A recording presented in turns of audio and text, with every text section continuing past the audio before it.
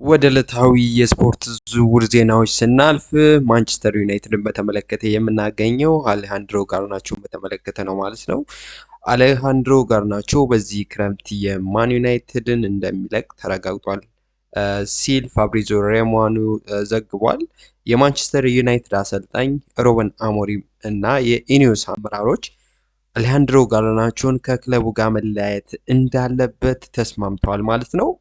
የ20 ዓመቱ አርጀንቲናዊ ኮከብ በአሞሪም እቅዶች ውስጥ ቦታ እንደሌለው የተረጋገጠ ሲሆን ነገር ግን እንደ ባየር ሊቨርኩሰን እና ሶስት የእንግሊዝ ፕሪሚየር ሊግ ክለቦች ተጫዋቹን ለማስፈረም ዝግጅት እያደረጉ ይገኛል ማለት ነው። እንግዲህ ባየር ሊቨርኩሰንን በቅርቡ የተረከበው ኤሪክ ቴን ሃግ አሌሃንድሮ ጋርናቾን እና እንዲሁም አንቶኒዮን ከማንቸስተር ዩናይትድ ማስፈረም ይፈልጋል ማለት ነው።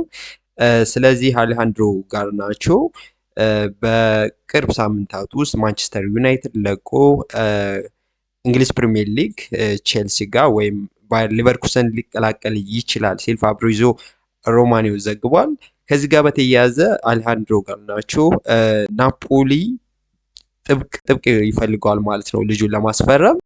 አሌሃንድሮ ጋርናቾ ከማንቸስተር ዩናይትድ እንደሚለቅ እንግዲህ በይፋ እየተዘገበ ይገኛል ማለት ነው። ሌላ በተያያዘ ዜና ብሪያን ምቤሞ ነው ማለት ነው። ልክ እንደ ማቲያስ ኩኛ ብሬንትፎርዶች ለዚህ ተጫዋች ማንቸስተር ዩናይትድ ወደ 62.5 ሚሊዮን ፓውንድ አውጥተው ማንቸስተር ዩናይትዶች እንዲያስፈርሙ ይፈልጋሉ ማለት ነው። እንግዲህ ይህ የብሬንትፎርድ የቀይ መስመር አጥቂ ተጫዋች ብሪያን ምቤሞ ማለት ነው ወደ ማንቸስተር ዩናይትድ ሂዶ ማንቸስተር ዩናይትድ ውስጥ መጫወት እንደሚፈልግ ለክለቡ ለብሬንትፎርድ እንዳሳወቀው እና እንግዲህ ተፎካካሪ የሚባሉ ክለቦች እሱን ለማስፈረም የሚያደርጉትን ጥረት ኒውካስትል፣ አርሰናል እና ሌሎች ክለቦች ማንቸስተር ዩናይትድ ብቻ መሄድ እንደሚፈልግ ነግሯቸዋል ማለት ነው። ቅርብ ሳምንታቱ ውስጥ አግሪ አድርገው የማንቸስተር ዩናይትድ ተጫዋች መሆኑ ይፋ ይሆናል ሲል ፋብሪዞ ሮማኖ ዘግቧል ማለት ነው። እንግዲህ ይህ ተጫዋች ለማንቸስተር በተለይ ለአሞሪም የቡድን ግንባታ በጣም እጅግ የተዋጣለት እንደሚሆን አያጠራጥርም ሲል አስተያየቱንም ሰጥቷል ማለት ነው። በሌላ ዜና ማንቸስተር ዩናይትድ የስፖርቲንጉን አጥቂ ቪክቶር ጊዮኬሬሽ ለማስፈረም ጥረታቸውን አጠናክረው ቀጥለዋል ሲል ጊሚ ስፖርት ዘግቧል ማለት ነው። እንግዲህ ቪክተር ጊዮኬሬሽ ማንቸስተር ዩናይትድን ግሪን ላይት ሰጧቸዋል ማለት ነው። እሱን እንዲያስፈርሙትና እሱ ወደ ማንቸስተር ዩናይትድ መጥቶ መጫወት እንደሚፈልግ እንግዲህ ቃሉን እንደሰጠ ታውቋል ማለት ነው። ቪክተር ጊዮኬሬሽ ባሳለፍነው የውድድር ዓመት አመርቂ የሚባል ጊዜያቶችን ከስፖርቲንግ ሊዝበን ጋር እንዳሳለፈ ይታወቃል። በተለይ ሩበን አሞሪም እና ቪክተር ጊዮኬሬሽ በጣም የጠለቀ እና እጅግ የተሳሰረ ግንኙነቶች እንዳሏቸው እየተዘገበ ይገኛል ማለት ነው። እንግዲህ ማንቸስተር ዩናይትድ ይሄን አጥቂ በቀጣይ ሳምንት ከስፖርቲንግ ሊዝበን ጋር በመወያየት የግሉ ሊያደርገው እንደሚችል እየተዘገበ ይገኛል። ማንቸስተር ዩናይትዶች ይህን አጥቂ ማግኘት የሚችሉ ከሆነ ጆሹዋ ዘርኪዚ እንዲሁም ደግሞ ራስሙስ ሆይሉንድን ለመሸጥ እንደሚገደዱ እየተገለጸ ይገኛል። በተለይ ቪክተር ጊዮኬሬሽ ለማንቸስተር ዩናይትድ በተለይ ለሩበን አሞሪም ያጫወት ስልት ፍቱህ ተጫዋች መሆኑን አሁንም ጃኮቢን አስተያየቱን ሰጥቷል ማለት ነው። ሌላኛውና የመጨረሻው ዜና ማንቸስተር ዩናይትድን በተመለከተ ግብ ጠባቂውን በተመለከተ የምናገኘው ዜና ነው ማለት ነው። የአስቶን ቪላው ግብ ጠባቂ ኢማኑኤል ማርቲኔዝ በማንቸስተር ዩናይትድ በጥብቅ ከሚፈለጉ ግብ ጠባቂዎች የመጀመሪያውን ይዞ ይገኛል ማለት ነው። እንግዲህ ኢማኑኤል ማርቲኔዝ ማንቸስተር ዩናይትዶች ይህን ተጫዋች ማስፈረም ይፈልጋሉ። በተለይ አንድሬ ኦናና ባሳለፍነው የውድድር ዓመት አመርቂ ጊዜያቶችን ሳያሳልፍ ቆይቷል ማለት ነው። ሩበን አሞሪም ማርቲኔዝን ማምጣት እንደሚፈልግ ሜል ስፖርት አስታውቋል። በሌላ ዜና ወደ አርሰናል ስናቀና አርሰናል ለዓመታት የሰነበተበትን ዝውውር ለማጠናቀቅ ከጫፍ ደርሷል ይለናል።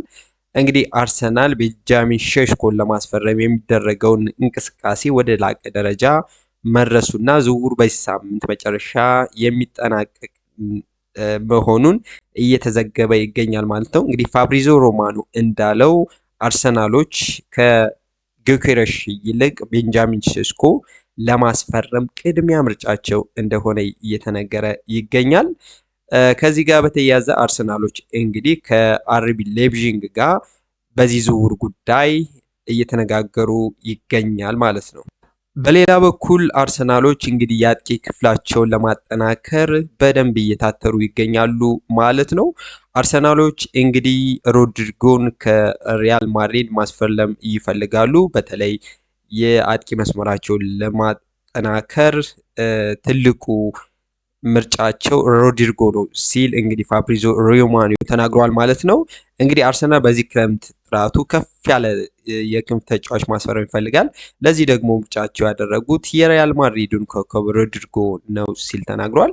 እስካሁን ሪያል ማድሪድ ከየትኛውም ክለብ ምንም አይነት ይፋዊ የዝውውር ጥያቄ አልቀረበለትም እና የሮድሪጎ የራሱ ውሳኔም በጣም አስፈላጊ ነው ማለት ነው። እንግዲህ ሮድሪጎ ዣቪ አሎንሶ ከመጣ በኋላ በማድሪድ ቤት ይቆያል ወይስ አይቆይም የሚለውን እስካሁን ግልጽ የሆነ አቋም እንደሌለ ከክለቡም ከሮድሪጎም ታውቋል ማለት ነው። ነገር ግን አርሰናሎች አሁንም የሮድሪጎ ዋነኛ ፈላጊ ሆነው ቀርበዋል ማለት ነው። በመጨረሻም የአርሰናሉ ተከላካይ ጋብሪኤል ማጋሌሽ ከቡድኑ ጋር ያለውን ኮንትራት እስከ 2029 አራዝሟል። እንግዲህ ጋብሪኤል ማጋሌሽ በተለይ በአሳለፍነው የውድድር ዓመት አመርቂ የሚባል የመከላከል ክህሎት ያሳየበት ዓመት ነው ማለት ነው። በመከላከሉ ረገድ ከዊሊያም ሳሊባ ጋር በመሆን በጣም ጥሩ ቆይታ ያደረገበት ነው ማለት ነው አርሰናል ቤት። በዚህም የተነሳ ማይክል አርቴታ ይህን ተከላካይ አሁንም እስከ 2029 ኮንትራቱን አራዝሞለታል ማለት ነው። ስለዚህ በቀጣይ አመታቶች ጋብሪኤል ማጋሌሽን አርሰናል ውስጥ ደምቆ የምናይበት ይሆናል ተብሎ ይጠበቃል። ውድ ቤተሰቦቼ ይህን ቻናል ላይክ፣ ሰብስክራይብ እንዲሁም ሸር እያደረጋችሁ ድጋፋችሁን ታሳዩኝ ዘንድ በጣም ለምናችኋለሁ ማለት ነው። በሌላ የስፖርት ዜና እስከምንገናኝ መልካም ሳምንት።